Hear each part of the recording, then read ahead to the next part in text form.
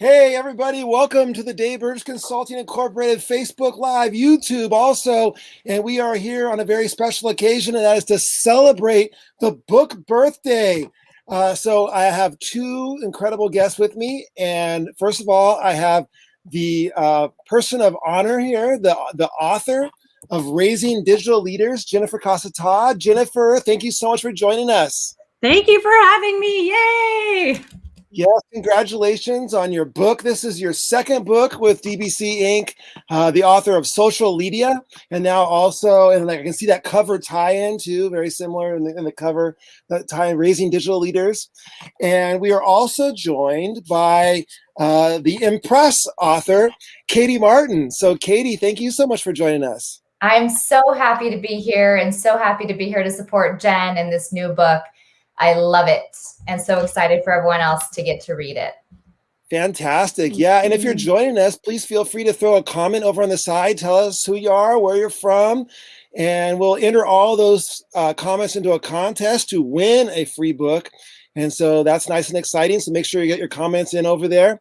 And so, Jennifer, I'm going to start with you. For those of you those out there that don't know who you are, where you are, in fact, you're not even in the same country as Katie and me. And so give us a little rundown on where you're from and what your current status is. Yes, absolutely. So I am from just north of Toronto, Newmarket, Ontario, Canada. Our borders are still closed. I'm a teacher librarian there. I'm a mom. I'm a wife, and I do all kinds of things. I'm a Google trainer and innovator, and work with the GEG here, work with ISTE librarians. So keep very, very busy. Fantastic. And Katie, we were just talking before we went live. You are super close to me. So maybe tell us where you are from and what your current role is. Great. I'm in San Diego, California, just up the road, down the road, depending on where you are from Dave. And my current role, I am the Chief Impact Officer at Altitude Learning. And I don't have as many strings as Jen does as things, but I get to work with partners across the US, mainly supporting the shift to learner-centered practices. And I love it. We have some awesome partners, and it's just so fun to do the work. Yes, and you are not only the author of Learner-Centered Innovation, but there's a rumor out there that maybe you have another book coming soon, and maybe tell us about that. Sure, yeah. So my next book, Evolving Education, is set to be out within the next month, so at the end of July, and I'm super excited. It's really about shifting practices, moving from a school-centered kind of paradigm where we focus on standardization and doing all the same things with all of our kids, really to moving towards more learner-centered practices. And I think the pandemic really kind of opened a lot of people's eyes to what wasn't working and what's possible. And so it's kind of building on many of the roles and what's possible in education and how we can evolve to meet the needs of our students. And I'm just really excited for everyone to read it. Yeah, fantastic. Can't wait for it. I want to greet some people popping in here. So Monica, thank you for joining us. Nick from Winnipeg is here to say hello. So she's throwing up a little Canadian love there. I see the Canadian flag. Mandy, thank you so much for joining us. Good to see you. Alicia Ray has popped in, another Deep Sync author. Thank you so much, Alicia, for being here. And so Jennifer, let's get to this book. So, man, has there never been a better time for a book to help families navigate all these devices, technology, social media, and all that. So tell us a little bit about where this book came from and why you decided to write it. Absolutely. So as you've already mentioned, I authored a book called Social Media, Moving Students from Digital Citizenship to Digital Leadership in 2017. And so I embarked on a journey of talking to people about the book and going to speak to educators and different conferences and districts. And there would always be the question, well, do you have anything for parents? Because as we know, the connection between community and family and school is so, so important. And so my message really resonated with the teachers, and sometimes really on a mom level or a dad level. Teachers would come to me and say, I remember crying in one of my workshops saying, "Oh my gosh, I left my daughter at home and I'm listening to your message, and I was so worried about the world that we have that my daughter's growing up in." So I really recognized a need to sort of to fill that gap and to provide something with parents. And I did go and talk to various parent groups, and this book really takes their fear and anxiety, the questions that I get asked every time I'm out there, and tackles them, but not from a just throw your devices away kind of perspective, because that's not realistic. Technology, as we know, the pandemic, it's been a lifeline in so many ways for us. So we need practical strategies. We need research-based ideas and balance for some of that fear-mongering out there. And so that's really where it started and where it came from. Yeah, I love how it builds upon the social media message, and the social media message was primarily for educators, and how can we empower kids to not just have this fear of social media and just shut it down in schools, and then we can show people how to truly use it in an empowering way. And then now this kind of takes it to that next step of like, hey, families really need this information too, and parents are dealing with this. And speaking of parents, Katie, you kind of have a unique perspective on this, because not only are you obviously huge in the education space and so innovative and creative in your work, but you're also navigating this as a parent right now. And so what are your thoughts on raising digital leaders from your parent perspective? Yeah, it has been so helpful. So I am so lucky to have Jen as a friend who I can call and connect with.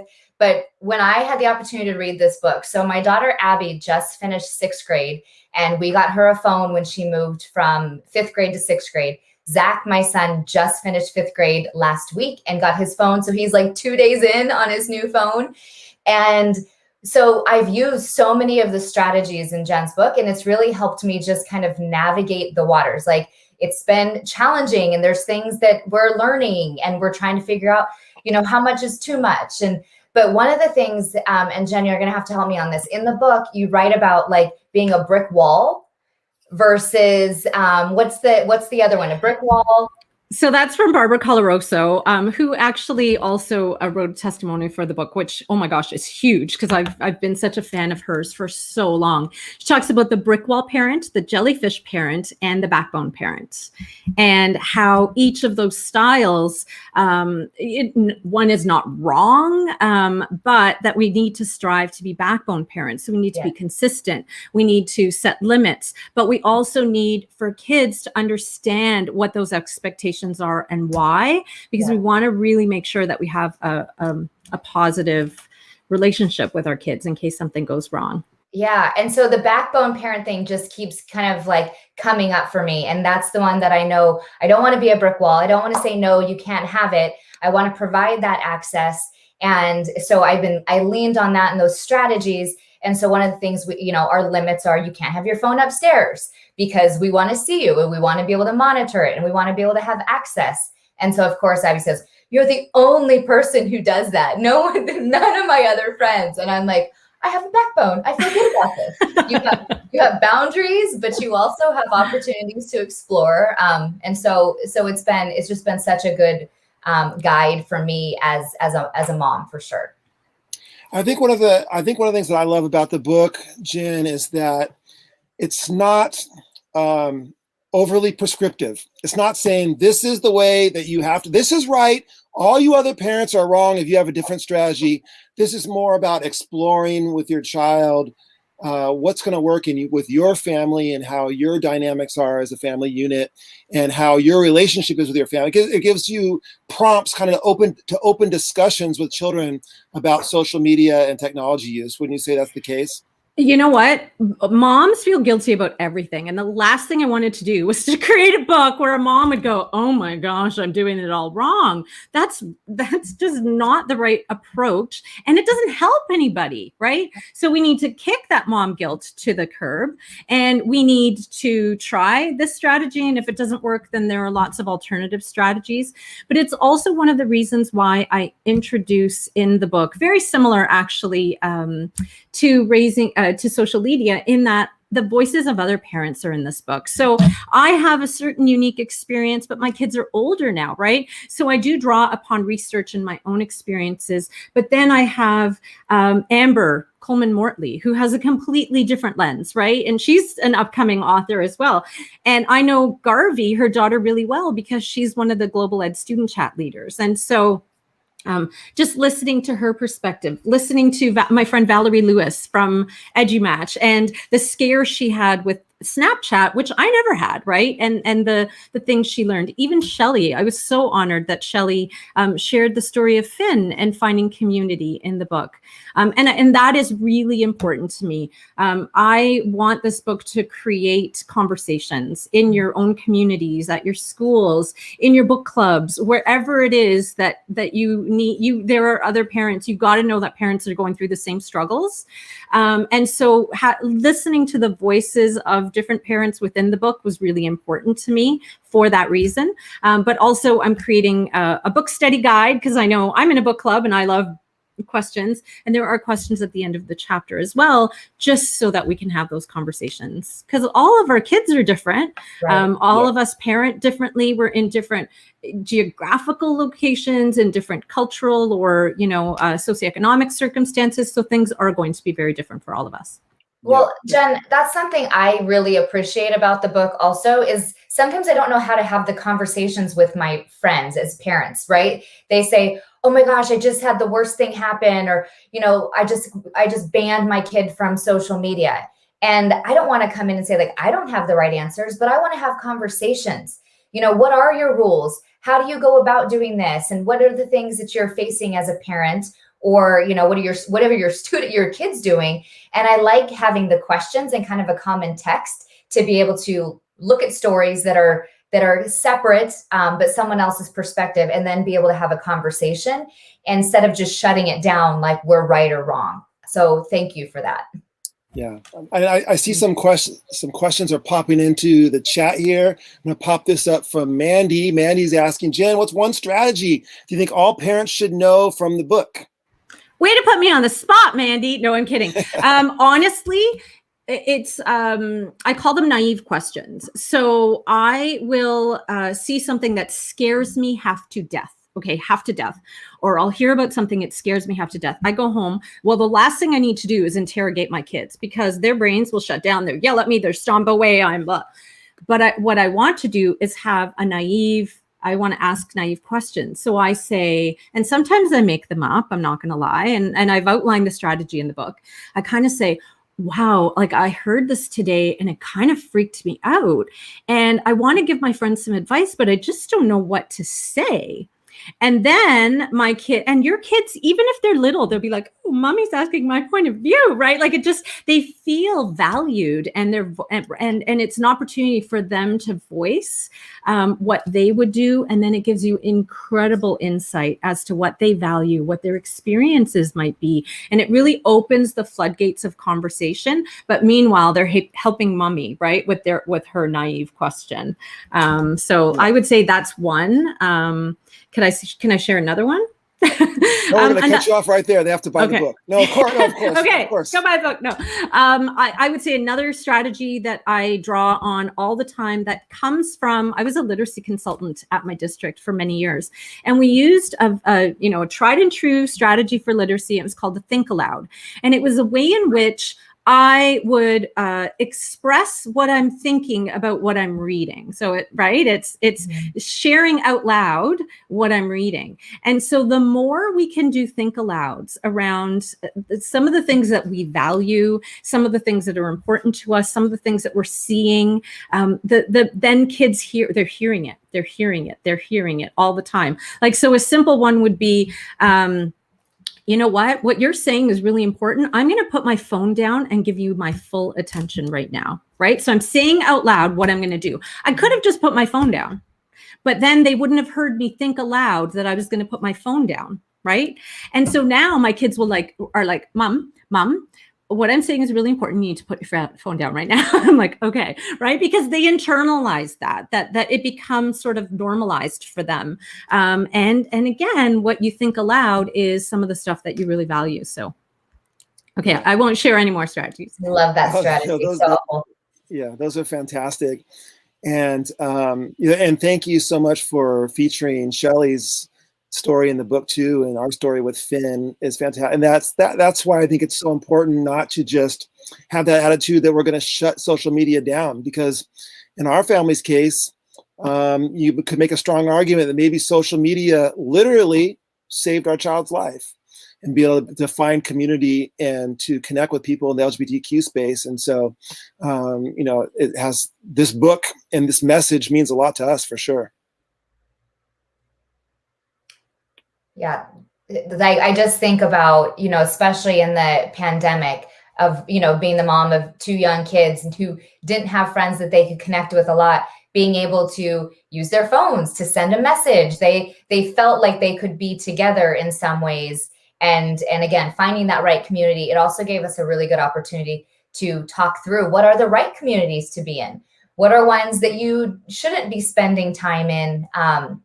And so in a way, I feel really grateful to have had the last year when my kids were at home to be able to monitor and do those Think Alouds and have more conversations about how they were using social media and how they were connecting, and what's too much time to be on your phone. What are some other things to do? When do you know to put it down? And having the kids almost monitor too, like having the, like you've spent X amount of hours, look at your data. Is that productive? It's just been really, really helpful. So again, Thank you for the Think Aloud. I see that Carly has jumped in here along with Amy. Thank you so much for joining us. We really appreciate it. Lots of comments from Nick and Alicia, loving the strategies that you're sharing. So thank you all for jumping into the comments as well. Now, another part of the book is I really love the focus on the student leaders. So there's the parents and they have their little spotlights, but then we also have the student spotlights, young people who are doing great things and so with technology and social media. And that's kind of something that's carried over from the social media message as well. Yes, that was really important to me as well. I think that so often our narrative is kids these days and how horrible they are. And there are negative things happening. Believe you me, I understand that. I acknowledge it, right? There is research in the book that supports that. But we have an opportunity our kids have opportunities we never had as young people, right? They have the ability to be entrepreneurs and to start not-for-profits and to really be passionate about causes and be able to bring that passion to light, guided by parents. So the kids in the book, my goodness, Braden and Chloe and Olivia and Anahit and Ayush and Ananya, they are wonders. And they're not kids, pardon the pun, because it's wonder, sorry, Ananya. The kids don't have 1,000 following, or 1 million. They're not TikTok famous, because I think sometimes we get that confused, right? Many of our kids look at the likes and the number of followers as something to look up for. We've always done that, right? But I really wanted to showcase kids who are leveraging social media in positive ways, who were guided by their parents. Right. And that's the key, that a caring adult mentor in a child's life makes all of the difference in the world, really. And that's the message of raising digital leaders. Yeah, I love what Sean just shared here about today's kids. They have these opportunities we don't have, but then they also face some challenges that are unique and different. And since they're different than what we experienced growing up, it makes it all the more difficult for us as parents to help them navigate through that, because we didn't grow up with that and these different challenges that are out there. Yeah, just to that point. So Genevieve Georget, who is one of the parent vignettes, she touches upon that. She's, at an event and somebody basically is criticizing her parenting, right? And she gets kind of not offended by that, but she's like, we have nothing to go by here. We're navigating these waters, and what we need to do is support one another, because our kids are facing challenges that we can't ask our parents about necessarily. So that's a really important point. Thank you, Sean. Yeah. Now, if you are an educator watching this, obviously we hope that you grab this for help with maybe your family or someone you know in your family. But even if you're just working in a school system, what do you think about how much of an impact it would have if you could get this into the hands of the parents of your school system. What do you both think about that? Well, I mean, I'll just jump in for you, Jen, to start. I think if we have a community, so if parents and teachers and the administrators are working together to better understand how to raise these digital leaders, then we can have boundaries, we can have same conversations, we can, be collaborative instead of like, I hear this all the time. Well, I just send, we send the kids home and their parents just let them go on devices all day long. Or parents say, well, if my kids just go to school and they're just playing games on their devices in school, it's not productive. And so if we have a common language and we have a text that we're looking at, then we can say, what do we want our kids to be doing with technology? What are the things that really matter, and how do we have those productive conversations? How do we, support them with those right tools? And like you have these vignettes, we're looking at models, helping kids understand what's possible in creating those opportunities. So I think someone mentioned in the chat earlier, imagine if PTAs had this, parent book clubs, that teachers and parents are talking together about this stuff. I think it could be amazing for kids. Absolutely. I think you hit it right on with saying, like, we need to sort of speak the same language and move in the same direction. And in all of the instances where I have gone to do a parent workshop or a parent talk, it's typically a 50-minute talk, and then I'm there so long in the night for questions and then the administrators and the teachers have conversations with parents, and that's the beautiful thing, right? We have to remember, and I know I'm saying this and it's in some ways a cliche, it does take a village, and that village is online for a lot of our time, right? So we need to be able to navigate that village together. We need to be able to be proactive, not necessarily reactive. And so much of what I share here can sort of start to be instilled even before a child has a device. And I think that's really important too, right? That we recognize that technology is ubiquitous, that we use, look at this past year, that we use technology in meaningful ways at school. But kids are using social media at home. So there's sometimes a disconnect there too, as well. And some parents don't understand when a school maybe has a class Twitter account. They shut down. They don't want that to happen. Well, I think what we need to do is have a conversation about why that might be a really neat modeling opportunity for teachers in classrooms to be able to then have those extended conversations with parents at home. So. And Nick just added that into the chat, and that's exactly what you just said. That's what she does. She has a classroom Twitter account, and she has a conversation. She opens that conversation with parents, saying, like, this is why, this is the opportunity this is going to have for us to model this behavior for your children. And I think that takes some of the fear away from it when we just openly address it. Mm-hmm. And so I think that's a really important strategy. Thank you, Anik. And I know about your Twitter account, and you're awesome. So thanks. For sure, yeah. When you mentioned those naive questions, I love the one in the book where there was a Snapchat feature which was a little worrisome for you, and your comment was like, you know exactly what that Snapchat feature would typically be used for, but you were like, oh wow, like explain to me this feature here, and like what? I wonder what someone would use that for. You were kind of like opening the conversation. Baby. Yeah, works every time, right? Because your kid's like, oh, let me show you. And they get such incredible a sense of self-worth and self-esteem when they get to show you something. And I think that's really important too. Henry Jenkins makes some really interesting observations, and I include them in the book. And he says, and I think about my own daughter, she was synchronized swimming. Synchronized, if I watch one more synchronized swimming, right? Like, it was bad. And my daughter who was a dancer, and you go and you spend that time watching really bad performances because you want to be involved in their lives. Well, this is being involved in their lives in a slightly different way, figuring out what is it that they find really funny. What are these tools that they're using all about? Like, and we can't always be on the alert, right? We need to be alert as parents, and I talk about that.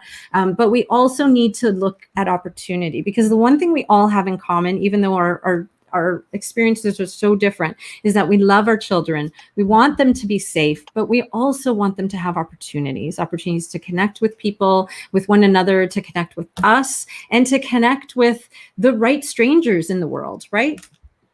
Yeah, absolutely. Now, when I think about the pandemic, one of the things that happened in the pandemic is a lot of us had the same TV viewing experiences because of things like Netflix and like binging the same shows. I think I saw more of that than like during that. Like everybody watched the Tiger King or whatever, you know, like all that kind of stuff like this, right?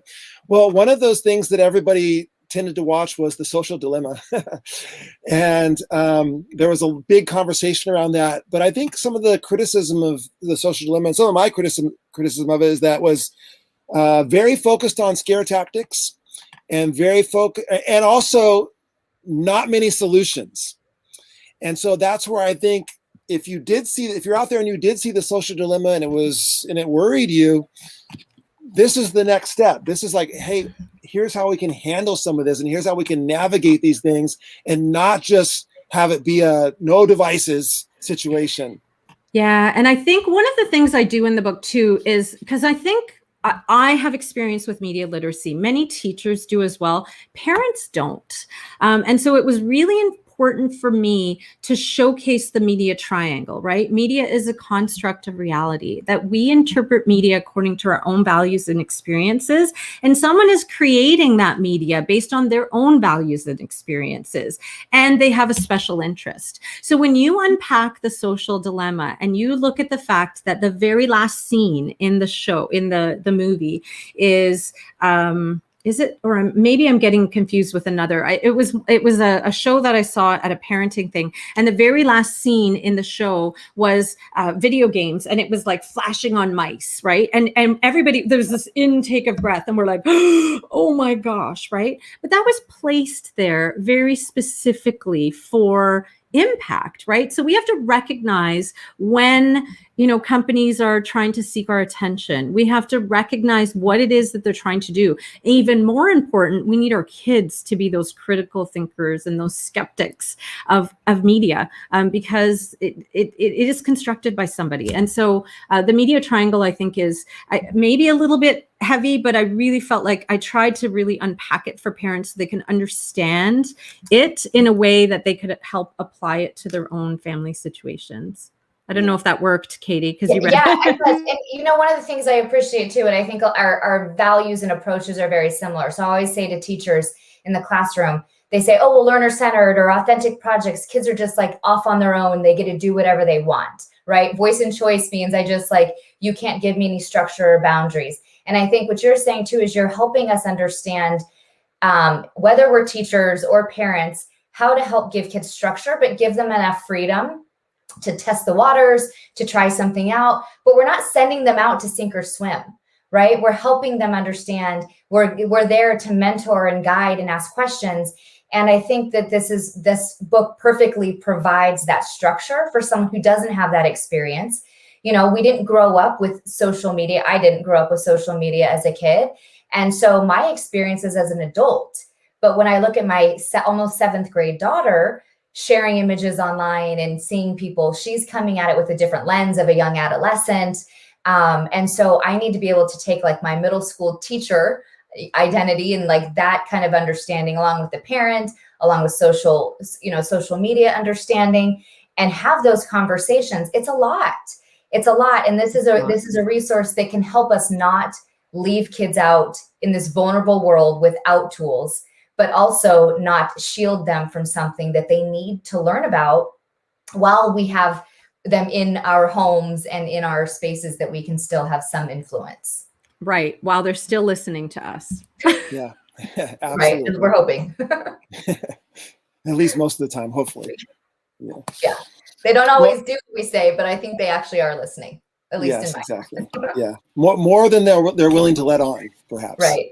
Yeah. Well, and so another aspect of all of this, when I think about, say, I've been on a fitness journey, and one of the things that was important for me was to really start to think about what it is that I'm putting into my body.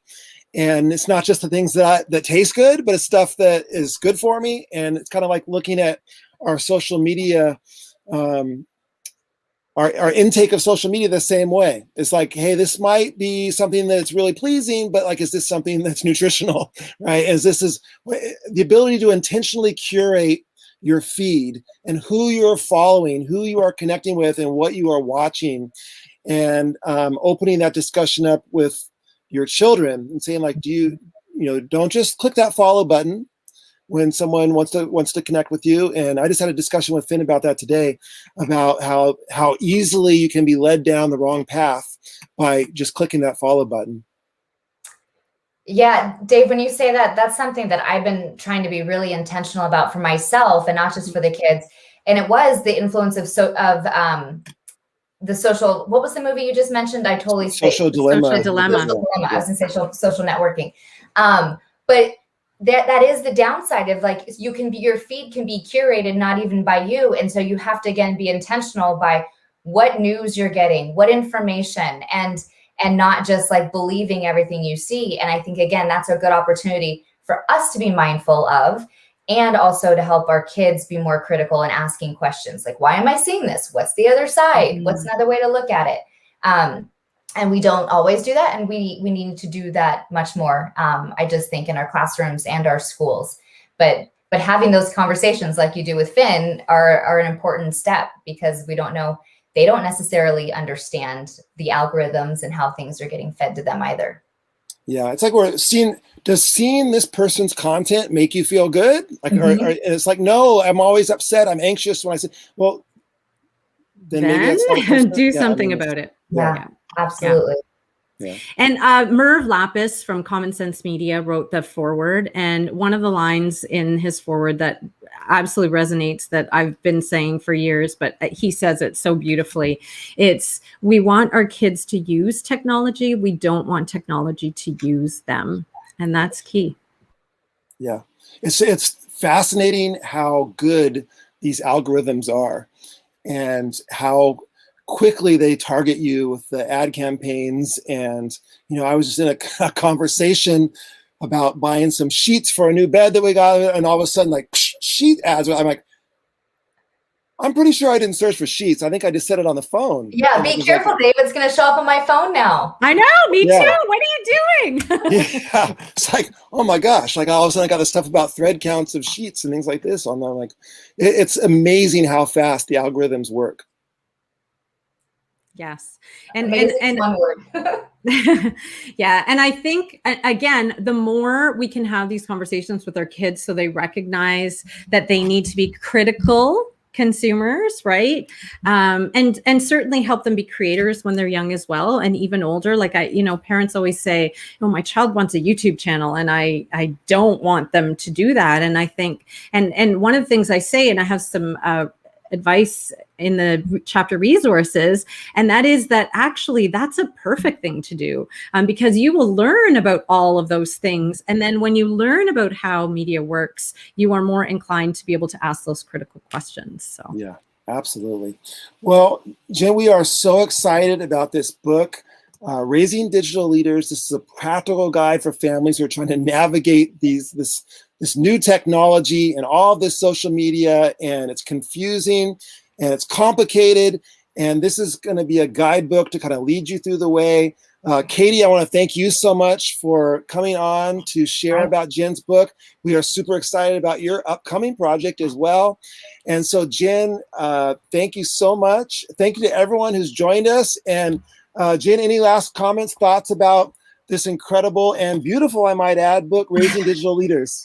I truly, truly hope that it helps. I truly hope that it inspires conversations in your families and in your communities.